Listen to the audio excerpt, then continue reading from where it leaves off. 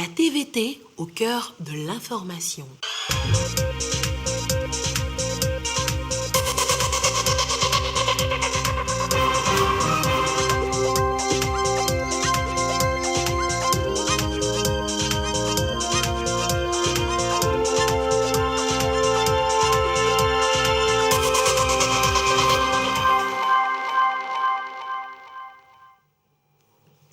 Heureuse de vous savoir au rendez-vous du journal sur la télévision togolaise. Madame, Monsieur, bonsoir et voici les titres de cette édition.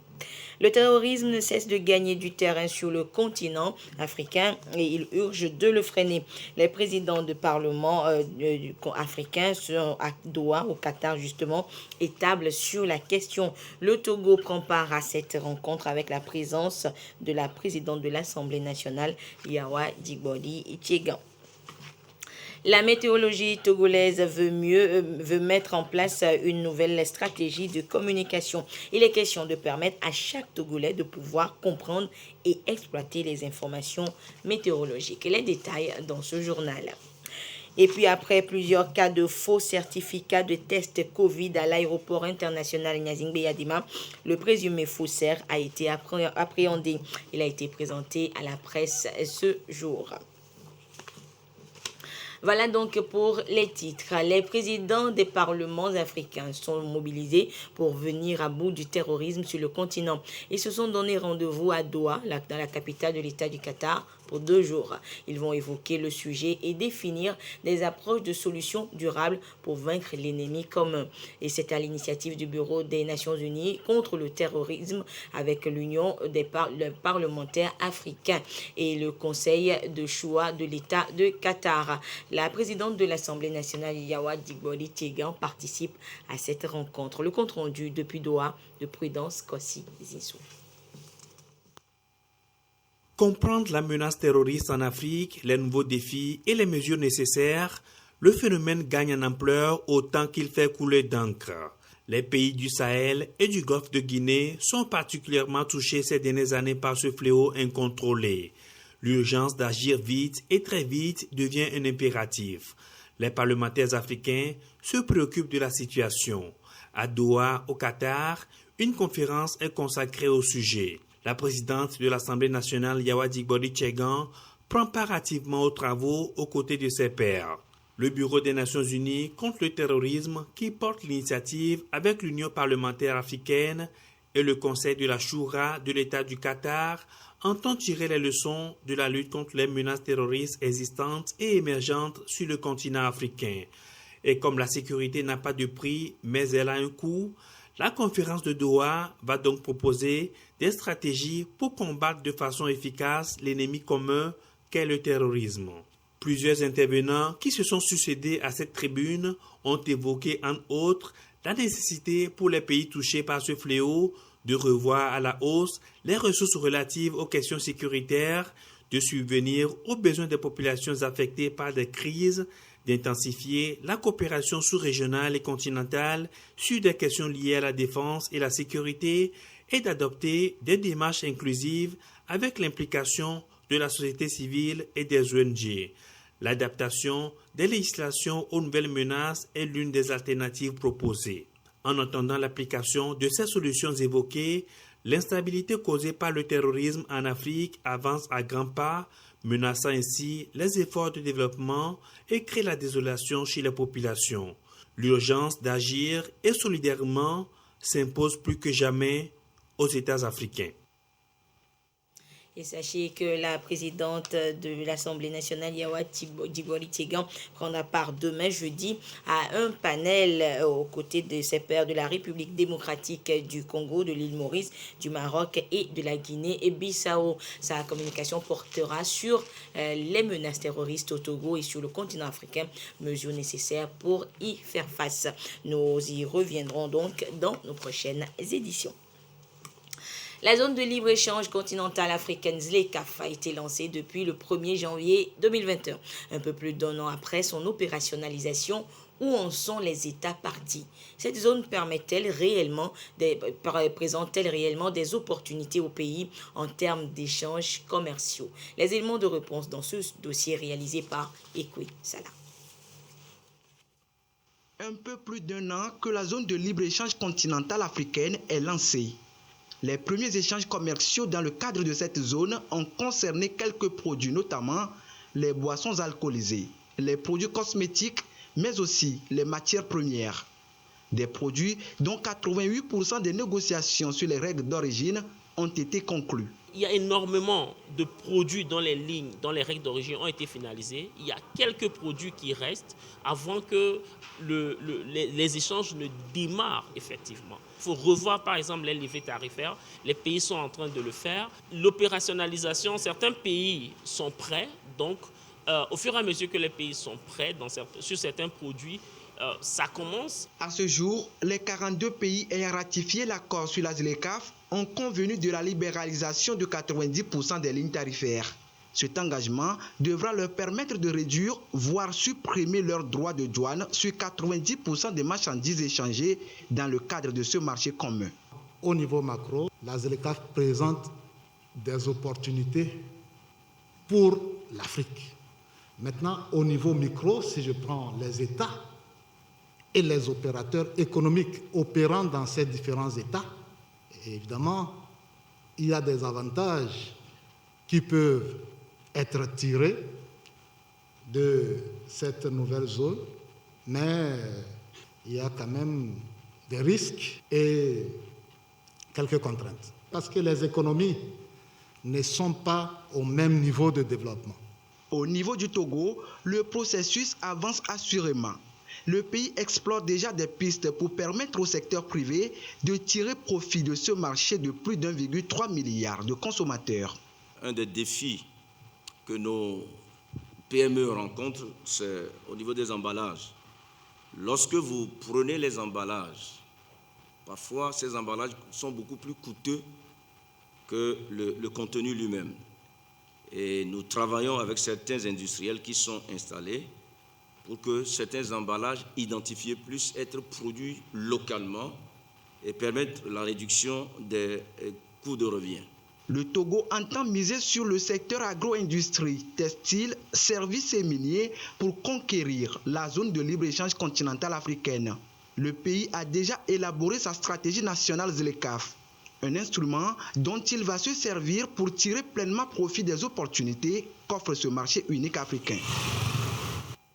Le groupe d'action et de réflexion sur l'environnement et le développement GARED veut lui aussi améliorer la libre et efficace circulation des marchandises dans la sous-région ouest africaine. Et pour cela, il a initié une formation à l'endroit des membres des organisations de la société civile. Le compte rendu avec Immaculée Baoué Abalo et Marie-Ange Mida. Les commerçants à l'école des bonnes pratiques. Quelles sont les règles qui définissent les échanges commerciaux entre les États? En clair, il est question de faciliter les échanges commerciaux dans la sous-région. L'UMOA et la CEDEAO misent sur les femmes. Spécifiquement, le programme vise à améliorer les mesures de facilitation des échanges en Afrique de l'Ouest, également lever les barrières liées au commerce, surtout pour les petits commerçants et les femmes commerçantes, surtout le long des corridors. La présente formation vient donc donner aux participants les notions nécessaires pour mieux gérer le commerce transfrontalier le long des corridors sélectionnés. Pendant ces 2 jours, leur donner les outils et les aptitudes et les compétences nécessaires pour pouvoir entrer en relation avec les autorités, les décideurs, au niveau national comme régional, afin de contribuer à l'élaboration des politiques, de les influencer ces politiques dans un sens favorable aux acteurs à la base, aux communautés et aux populations les plus pauvres, pour que la facilitation des échanges ne soit pas seulement dans l'intérêt des grandes entreprises et des multinationales, mais elle soit aussi pour l'intérêt des petits commerçants, des petites et moyennes entreprises régionales qui peuvent justement, en utilisant les bienfaits de cette facilitation des échanges, pouvoir produire plus, développer des chaînes de valeur et créer de l'emploi dans les pays, ce qui aura un effet bénéfique pour tout le monde. C'est un projet qui couvre 9 pays. Le Togo en fait partie. Il polarise 6 corridors régionaux et est soutenu par la Banque mondiale et le GIZ. La maîtrise des règles pourrait bien rendre la vie facile aux commerçants de part et d'autre des frontières. Le Conseil des ministres s'est délocalisé la semaine dernière à Gando, dans l'Oti. Et juste après, Madame le Premier ministre Victoire Toméga-Doubé s'est rendue à Chinchinda, dans la préfecture de Kara, où elle a visité l'entreprise Bonté Divine, spécialisée dans la production de savon. Et cette entreprise bénéficie justement du soutien du gouvernement togolais. Le compte-rendu de cette visite avec Yves Agbevivi. Entreprise Bonté Divine, logée à Chinchinda, dans la Kara, spécialisée dans la production de savon.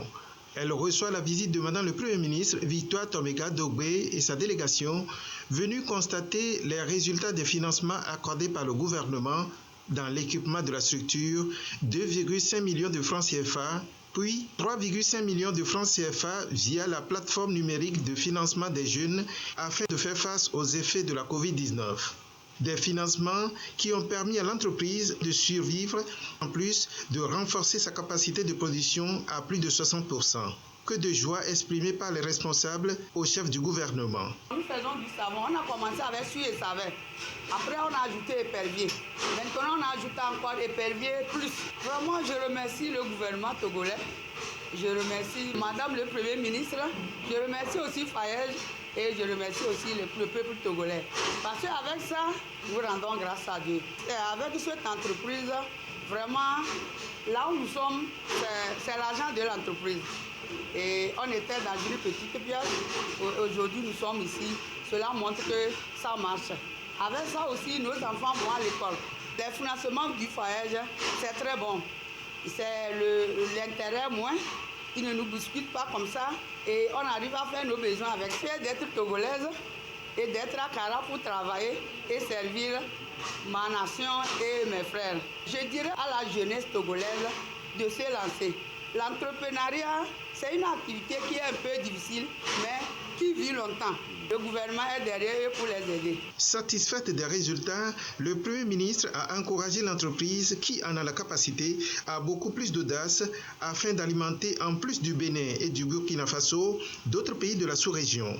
À ce jour, l'entreprise Bonté Divine emploie plus d'une cinquantaine d'agents et a augmenté sa production entre 2020 et 2022 de 800 à 1300 cartons de pain de savon.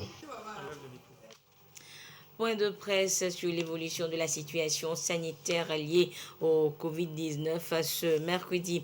La coordination nationale de la gestion de la riposte contre la maladie est revenue avec les journalistes sur les raisons de la levée ou de l'allègement de certaines restrictions dans le pays. Les précisions dans ce reportage signé Victoire Kaliwa et Ulrich Amega. Désormais, pour tout passager, au départ comme à l'arrivée, à l'aéroport général Gnassingbé Béyadema de Lomé, il faut juste une preuve de vaccination complète. 3 doses et vous ne passez plus de test PCR. Les voyageurs non vaccinés sont, eux, obligés de fournir un test PCR négatif comme document sanitaire. Des mesures de restriction revues depuis lundi dernier par le gouvernement. Il y a un peu plus d'un mois déjà, le gouvernement avait allégé certaines mesures anti-Covid. Du 16 au 22 mars, nous avons totalisé 27 cas. Et vous savez que les semaines d'avant, du 2 au 8 mars, nous avons totalisé 30 cas. Du 9 au 15 mars, 31 cas. Donc la semaine dernière, 27 cas. Et cette semaine, 34 cas. Et toujours avec 0 décès. Ce qui confirme la décrue observée depuis le mois de janvier. Preuve de l'efficacité des dispositifs de lutte contre la pandémie du Covid-19. Quant à la vaccination, elle... Pour les personnes de 18 ans et plus ayant reçu une dose, nous sommes entre 38 et 39%. De 18 ans et plus qui ont eu 2 doses, nous sommes à 29%. Les 12 ans et plus, ceux qui ont eu une dose, on est à 103 771. Et ceux qui ont 2 doses, on est à 12 195. Nous avons administré au Togo 2 802 518 doses. À l'approche des congés de Pâques, le gouvernement appelle à la vigilance des uns et des autres. But final, lever complètement les restrictions. Et la crise liée à la Covid-19 est l'une des principales causes du phénomène de vie chère qui frappe tous les pays du monde. Au Sénégal, par exemple, l'inflation aura un réel impact sur le mois de Ramadan. Au Sénégal, la flambée des prix des denrées alimentaires suscite des inquiétudes à l'approche du Ramadan. Ce mois sacré pour les musulmans débute ce week-end, mais les prix élevés affectent et gâchent l'atmosphère. Les fidèles qui rompent traditionnellement le jeûne au crépuscule avec de somptueux repas familiaux ont désormais du mal à se procurer les produits de base.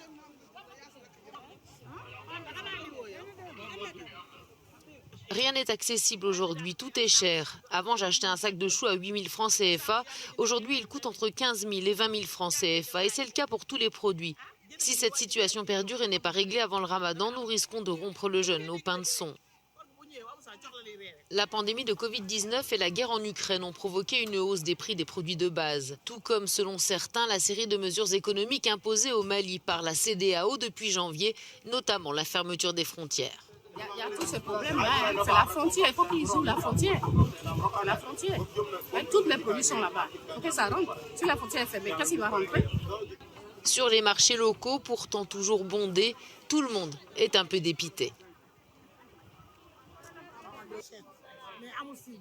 Les autorités ont annoncé une baisse des prix, mais elle ne se constate pas sur les étals. Ce sera très difficile pendant le Ramadan dans ces conditions. De plus, nos mers sont envahies par des bateaux étrangers et nos pêcheurs ne peuvent pas franchir nos frontières. C'est tout simplement incroyable.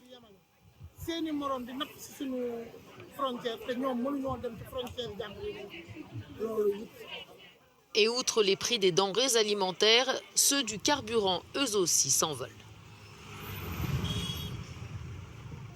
Retour en page nationale où le Togo se dote bientôt d'un cadre national de fonctionnement des services météorologiques. Ces services ne sont autres que toutes les informations météorologiques que la Direction générale de la météorologie nationale met à la disposition de la population. Et c'est pour permettre justement à cette population d'avoir une meilleure compréhension de ces services et de les utiliser à bon escient que la direction se dote d'un plan stratégique de communication. Les détails dans ce reportage de Imitian Agoro et Dodo Wari. Quel temps fera-t-il demain? Tout le monde a besoin de cette réponse pour anticiper sur les risques climatiques. Même si la Direction générale de la météorologie nationale collecte, traite, analyse et met déjà les informations climatiques à la disposition de la population, elle veut faire mieux. Rendre plus affinés les services climatologiques et répondre aux attentes de chaque secteur. La DGMN est justement en train de peaufiner les derniers détails de sa stratégie de communication. La Direction générale de la météorologie nationale ne possède pas ce que nous appelons un plan stratégique de communication. Donc pour pouvoir mettre à la disposition de nos utilisateurs les bonnes informations, comment utiliser ces informations-là, il va falloir définir un canevas institutionnel dans lequel nous devrons pouvoir communiquer avec nos journalistes, avec nos utilisateurs et surtout avec nos partenaires. 3 ans déjà que le processus a démarré avec l'identification des secteurs qui ont le plus besoin d'informations sur le climat. Le document a conquis dès le début l'Organisation météorologique mondiale et la commission de la CEDEAO. Le Togo est au cœur des préoccupations de l'Organisation météorologique mondiale, à l'instar d'un certain nombre de pays dont nous connaissons la vulnérabilité en matière d'extrême hydrométéorologique. Et tour à tour, nous avons appuyé le Togo dans la formulation de ce plan d'action à travers l'atelier national de consultation, puis l'atelier national de validation. Et aujourd'hui, nous appuyons toujours le Togo pour ce qui est de cet atelier. La CEDEAO a répondu favorablement afin que le Togo soit le premier pays qui rentre dans ce processus, qui va continuer afin que tous les autres pays puissent bénéficier de cet appui-là. Ce document est l'un des moyens pour limiter les risques de vulnérabilité de la population face aux effets néfastes et dévastateurs des changements climatiques. Les innovations du code foncier domanial au Togo sont passées au crible lors d'une formation à Lomé. Il s'agit pour les magistrats, avocats, huissiers, greffiers, notaires et commissaires-priseurs de s'approprier les différentes dispositions du code, les innovations et les implications au plan social et économique. Et ceci pour une nouvelle gouvernance foncière efficace et durable. Voyons cela avec Antoinette Omar. Faut voir. Le Togolais est une abeille. Son objectif, construire. Mais le terrain acheté devient vite source de conflits. Des va-et-vient entre tribunaux, mandataires, collectivités, à n'en plus finir. Selon la CVJR, 80% des litiges devant les tribunaux sont fonciers. L'adoption du Code foncier et domanial en juin 2018 est perçue comme une solution. Le document fait l'objet de partage. À l'heure actuelle, il est impossible de pouvoir vendre un terrain sans l'avoir préalablement immatriculé. C'est l'une des premières garanties fixées par l'article 161. C'est fondamental. C'est-à-dire que vous devez avoir un titre foncier sur votre immeuble avant de le mettre en vente. Le titre foncier était inattaquable. Aujourd'hui, il est attaquable en deux conditions précises. En cas de fraude et en cas d'erreur. En quoi consiste donc la fraude?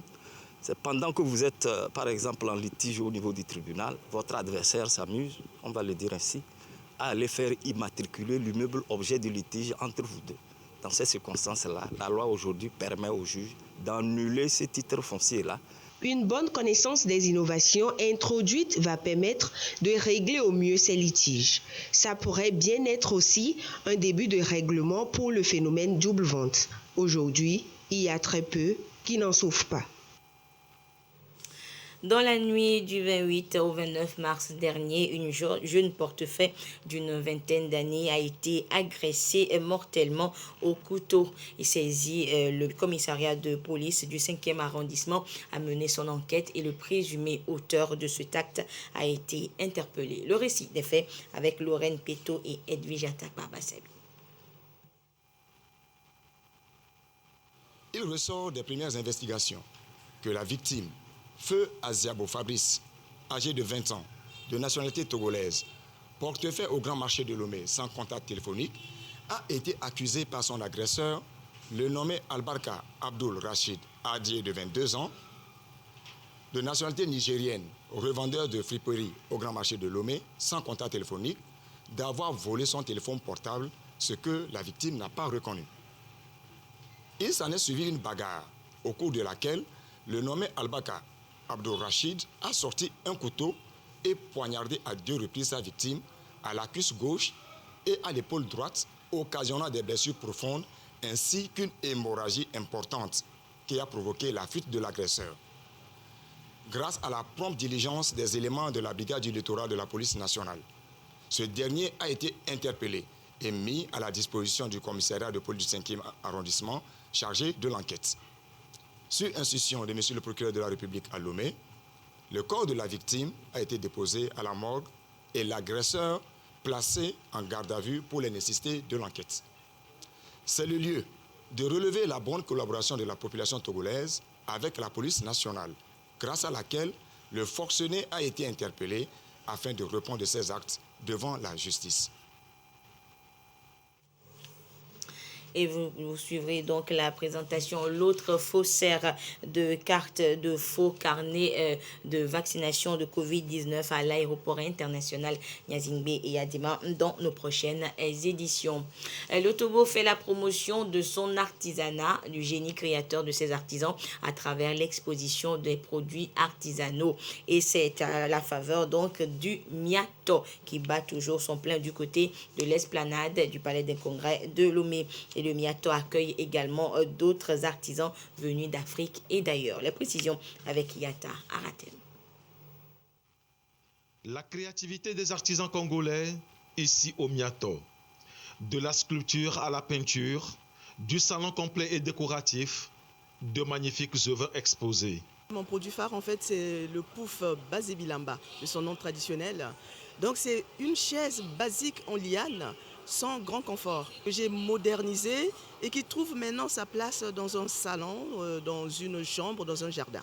J'ai à offrir en fait des meubles modulaires, dans des poufs de rangement, des tablettes basses avec un retour, des pauses téléphones, des pauses stylos, il y a un peu de tout, des tableaux de décoration avec des coquillages. Miato, une vitrine pour valoriser les produits artisanaux autour du thème entreprise artisanale et compétitivité. Il y a des sculptures, il y a de la peinture et ma tenue traditionnelle. Et ça, c'est le bois gris. Le bois gris dans le monde entier, ça se retrouve seulement au Congo-Brazzaville. Avant du bois d'or. Le bois d'or, c'est un bois qui est très, très, très dur. Très dur. Et là, c'est le wenge. Le wenge, on appelle ça au pays le wenge, le bois de fer. Sur le site du Miato, le ministre congolais des PME, de l'artisanat et du secteur informel, Jacqueline Lydia Mikolo, venue porter main forte aux artisans de son pays. Le Miato n'est pas un petit événement, c'est un des grands événements de l'artisanat en Afrique. C'est l'artisanat qui est la clé du développement en Afrique et de notre pays. L'artisanat, sa diversité, sa créativité, son innovation devient ainsi un des maillons importants pour diversifier l'économie aujourd'hui. L'économie congolaise est à 93% informelle et composée majoritairement d'artisans. Ce carrefour artisanal africain fait une place à la Syrie. Le pays propose des produits du terroir. On a amené ici le thé, les différents thés, le thé pour s'il y a le grippe. Le thé, s'il y a le personne s'écouffe, s'il y a le gaz, s'il y a le thé vert aussi. Il y a le thé avec le gingembre. Je la trouve vraiment très intéressante. C'est la première fois que je suis venue. J'ai acheté des savons, du thé. Le marché s'anime. Les artisans de tous bords et tout horizon sont à ce grand rendez-vous pour célébrer ensemble Miato. Autre promotion, cette fois celle de la lecture. Et depuis 2015, la maison TV5 Monde et l'association Précieux Trésor de Vie parcourent donc les régions du Togo grâce au concours dénommé les champions de la lecture. Et le but visé est justement d'inviter les jeunes apprenants à s'intéresser à la lecture. Et l'édition 2022 de la compétition a connu son apothéose dans la région des Savanes. Le compte rendu avec Gérard Lagoudou. Le concours dénommé les champions de la lecture. L'édition 2022 a mis le cap sur la région des Savanes. La phase finale a retenu 12 établissements scolaires publics et privés niveau collège issus de 5 préfectures dans la région des Savanes. Nous avons eu à remarquer que le niveau d'expression en langue française a considérablement diminué. Et ce qui nous a amené à prendre un certain nombre de mesures pour pouvoir aider nos jeunes frères à pouvoir rehausser leur niveau d'expression en français. Donc nous avions passé par des plénières au niveau des écoles. Donc chaque école a trié ses meilleurs avant de trier le finaliste qui a assisté ce soir à cette compétition. Après le passage des différents candidats, le jury a tranché. Le mérite, sans aucun doute, est allé à Vera Djangenan, élève en classe de 4e au collège La Salle avec une moyenne de 17 sur 20. Un jour, pourtant, je remarquai un petit serpent noir au corps particulièrement brillant qui se dirigeait sans hâte vers l'atelier. Je courus. Elle est repartie avec des kits scolaires et une enveloppe financière. De la lecture, notre professeur nous donne des conseils sur la manière de lire, la manière de respecter les ponctuations et la rapidité de la lecture. Et je suis très contente d'avoir pu y participer. Tchéou Esmeralda, l'Alaska du collège privé laïque Yanfoum, remporte le 2e prix avec 15,33 sur 20 et la 3e place est allée à Yendjoubé Guinam, ce Génasable 1 avec une moyenne générale de 13 sur 20. Ce sont nos jeunes filles qui ont pris les meilleures places et ça nous encourage, on se dit que demain sera meilleur, donc c'est un sentiment de satisfaction. Les autres candidats sont repartis avec des prix d'encouragement. Ce communiqué pour terminer dans le but d'assurer une meilleure visibilité aux établissements de tourisme et de faire du tourisme un secteur à forte valeur ajoutée, aussi bien sur le plan national qu'international. Le ministère de la Culture et du Tourisme a entamé un projet de recensement général des établissements de tourisme, notamment les établissements d'hébergement, de restauration, les agences de voyage, les bars et les écoles de formation touristique sur toute l'étendue du territoire national. La première phase de cette opération s'est tenue du 1er au 11 octobre 2021 et a couvert le Grand Lomé, les régions maritimes et des plateaux. La seconde phase se déroulera du 13 au 24 avril 2022 et concernera les établissements de tourisme des régions centrales de la Kara et des Savanes. Ce recensement, qui a pour objet de doter le département d'une base de données fiable sur les établissements de tourisme au Togo, sera exécuté par des équipes du ministère chargé du tourisme, appuyées par des agents de terrain. À cet effet, le ministère de la Culture tient à rappeler que les informations recueillies seront strictement exploitées de façon confidentielle, conformément aux articles 8 et 9 de la loi statistique numéro 2011-014 du 3 juin 2011 au Togo, interdisant la divulgation des informations individuelles collectées dans le cadre d'un recensement.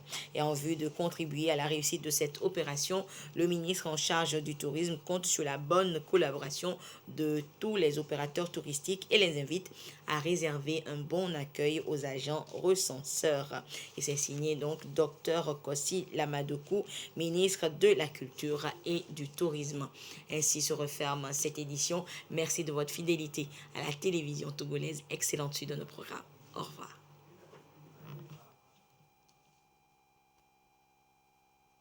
Bavarder, vous ne laissez même pas le...